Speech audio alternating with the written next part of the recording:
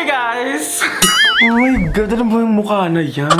So pagpasensyahan nyo na tong mukha ko, tsaka yung background, medyo magulo tayo. Oh my God, parang ang tagal ko nang wala dito sa channel ko na to, di ba? I mean, hindi ko na naasikaso. I'm so sorry kung meron man nanonood dyan. Akala mo meron, di ba? So, ayun, ang tagal na. Ang tagal kong hindi ginalaw tong channel na to. I remember yung last vlog na in-upload ko dito is yung Eco Hotels pa namin. Yung nagpunta kami sa mga Eco Hotels, Tagaytay and then sa Batangas. Then, last year, actually, mag-iisang taon na siya. And then after nun, saka lang ako nag-upload yung recap ng mga vlog. So ayun, actually kasi kaya isa sa mga reason kung ba't hindi ko to naasikaso is nag-focus ako dun sa aking main channel. So gumawa ng mga sit-down vlogs, which is na-enjoy ko talaga. And yun, sad to say, hindi ko to naasikaso nga. So sa mga nakapanood guys nung aking year-end vlog, yung mga recap ko nang nangyari sa akin ng buong taon. So kung napansin may mga clips doon na something na ewan. So nanghihinayang ako guys, gusto ko siyang i-upload. So i-upload ko na lang siya ng isang So mga throwback siya guys na mga nangyari sa akin last year during quarantine. So magkukwento lang ako ng very light lang guys na summary. Kaya ako nakapag-clips ng mga ganun. Nung in-announce na merong quarantine, Monday, nakapasok pa ako ng office. And then, nung mga bandang gabi na, di ba, nag-announce si Mr. President na from quarantine, magiging ECQ, di ba, Enhanced Community Quarantine, EME. So, ang ginawa sa amin, pinauwi kami ng maaga kasi nga, by 12 ng midnight, stop na yung mga public vehicles, stop na sila magbiyahe, hindi na pwedeng mag-continue. So, and then, kinabukasan nun, guys, hindi na ako nakapasok.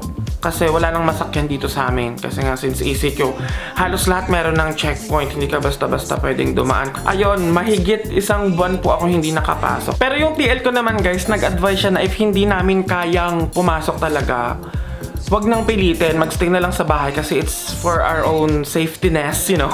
Kasi nga that time, pataas na ng pataas yung case ng COVID. So ayun, kaya hindi ako nakapasok. Though may sasakyan naman kami, pero kasi ayokong i-take yung risk ng daddy ko kasi nga senior na yung daddy ko. And then, yung schedule pa ng pasok ko is mid-shift. Ayoko namang gumising pa yung daddy ko ng madaling araw para lang i-pick up ako sa office. So, ayun, nagstay na nga lang talaga ako dito sa house. And then, doon ako nagsimulang gumawa ng mga clips nga lang. So, yun talaga yung plano ko. Clips lang. Kasi, wala din namang ganap dito sa amin, di ba? Kasi nga, lockdown. So, nasa bahay lang din naman kami. So, clips lang ako ng mga ginagawa ko during quarantine. Ayun lang naman po. Medyo mahaba. Nasabi ko, dapat maikli lang tong kwento ko na to. Hindi na siya summary, diba? So, ito yung part 1 ng mga ganap ko during quarantines, mga clips. So, sana magustuhan nyo.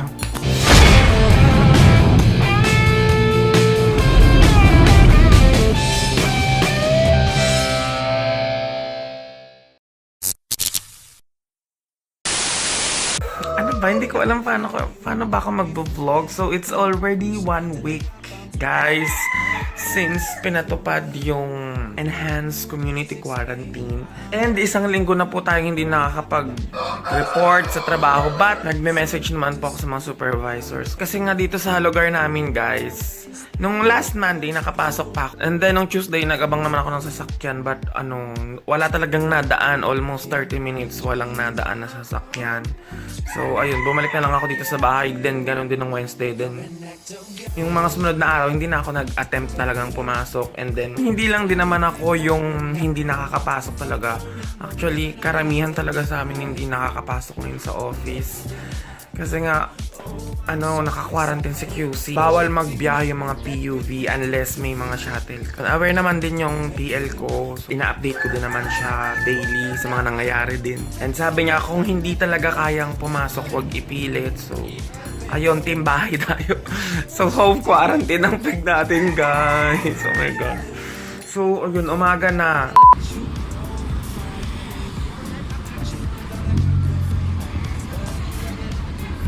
Wala kaming magawa. Actually, madami. Tinatamad lang talaga ako maglinis ng bahay. So, it's merienda time, guys. So, subukan namin mag-bake. Ang itsura ko. Ano pa yung itsura ko? So, tatry namin gawin to. Magbubuklay muna ako. Takpan natin. Mag-brownies po kami. So, ayan. Mama, di ba may sukatan ka? Ayan po, mag-bake kami, pero yung simpleng bake lang. So, patawarin nyo kami. Yan guys, so hinahalo na po namin. So, ito na yung finished product. Hindi ko alam kung ano itsura niya. Okay, masarap ba? May namigay ng relief goods today. Thank you po. Thank you po. Fuck! Sorry guys! Ano ba yan? Hindi ko na nasundan yung vlog ko nung nakaraan. This is, third week. Almost third week na, no? Third week na actually. Yeah! It's the third week after, after maisatupad yung, home quarantine, enhanced home quarantine, basta ganun, quarantine. Anyway, kakatapos ko lang pala mag-film. Tignan nyo ang kalat.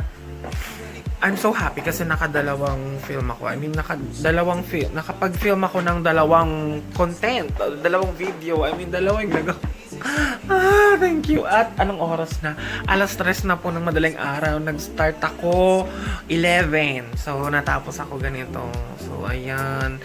Actually, hindi naman to makeup tutorial, pero abangan nyo na lang sa channel ko, guys. So, ayan, dito po sa amin, guys, meron pong curfew na naganap. So, hanggang, may mga oras na pwedeng lumabas, and then, bawal lumabas yung mga minor. Ayun, nililimitahan din yung mga lumalabas talaga, actually. May curfew na ng umaga, pero yung pinakabonggang curfew dito, mag-start siya ng 7 p.m. Ay, 8 p.m., guys, onward. So, ang matatapos yung curfew, mga bandang 5 ng madaling araw. Tapos, every 2 hours yata, bawal ka lumabas ng bahay. Ganun dito. And then, ang nakakatawa dito guys, sumusunod yung mga tao sa amin.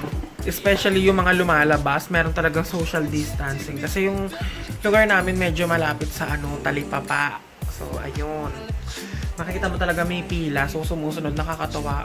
Kasi sabi sa balita, hindi lang naman sa balita, isa yung lugar namin na wala pa nagpa-positive, and sana wag naman. And sana mabawasan na at matapos na tong quarantine na to, kasi 3 linggo na po ako hindi pumapasok ng opisina. Oh my God. So ang gagawin ko, kakain ako kasi nagugutom ako.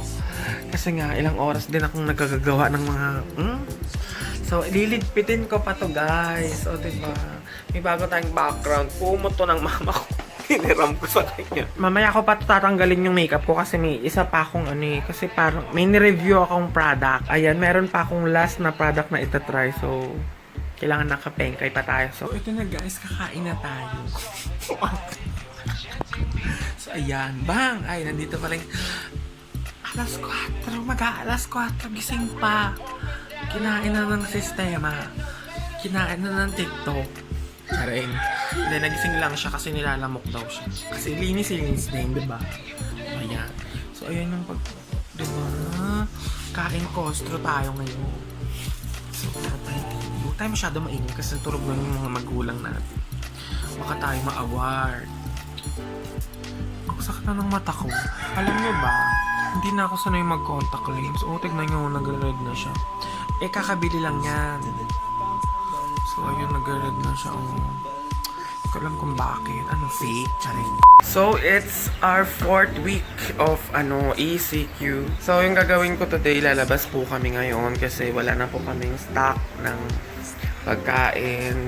So, medyo maaga tayo ngayon. So, para, maaga din agad kami matapos. I mean, makabalik kami din agad dito sa bahay kasi nga nakakatakot, guys. Yung last na labas ko is after 2 weeks ago. So, ayun, ito ulit. Kaya lang talaga kami lalabas ngayon kasi nga kailangan namin ng stock. Kasi ilan din kami nakatira dito sa bahay, diba? So, ayun, sasamahan ako ni Daddy. Inaano niya lang yung sasakyan namin. Din sabi ng mama ko, magdala daw ako ng jacket or mag-long sleeve ako kasi nga medyo scary na talaga, diba? So, ayun. Kahit mainit, dadalahin natin to. So, let's go, guys.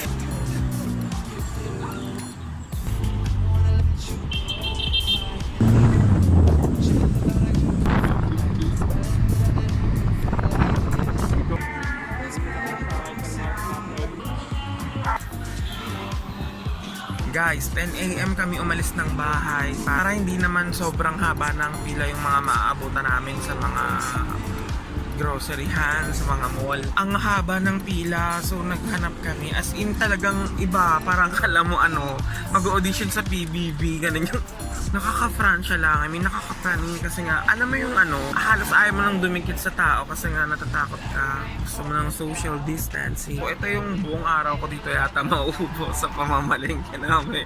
Kasi madami kami sa bahay eh. So, yung binili naming stock ngayon, I think good for 2 weeks na siya for the next coming weeks. Nakatulog ako. Sabi ko, mag-iayos ako ng wahay ngayon. Pero hindi ko nagawa. Tignan nyo yung kalat, guys. Grabe, parang hindi pa ako nag-aayos talaga dito. Nakakahiya. So ito yung mga PR pa. Hindi lang naman yan lahat PR, yung iba binili ko dyan. Pero yung iba kasi, like this, hindi ko pa nare-review. Ano ba yan? So mga tiklupin, hindi ko pa nalalagay dun sa cabinet. Ito yung mga nalabahan na. Patay natin yung radyo, copyright. Nagutom ako, kaya ako siguro nagising. Kasi nga, hindi pa ako kumakain ng hindi pa ako naghapunan. Sabi ng mama ko, kanya-kanyang luto lang daw. Usually pag gabi talaga, hindi na nagluluto dito. KKL, kanya-kanyang luto. Happy birthday, Tubbs. See you soon and hope okay ka lang dyan and see you soon. Peace.